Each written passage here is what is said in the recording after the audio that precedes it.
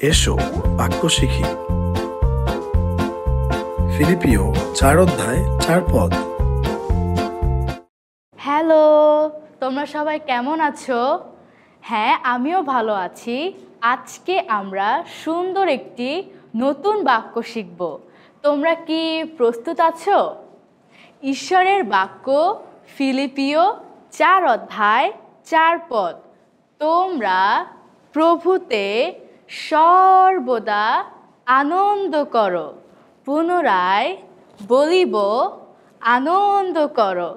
ঈশ্বরের বাক্য ফিলিপিও 4 অধ্যায় 4 পদ। আরেকবার করব। ঈশ্বরের বাক্য ফিলিপিও 4 অধ্যায় 4 পদ। তোমরা প্রভুতে সর্বদা আনন্দ করো। পুনরায় বলিব, আনন্দ করো।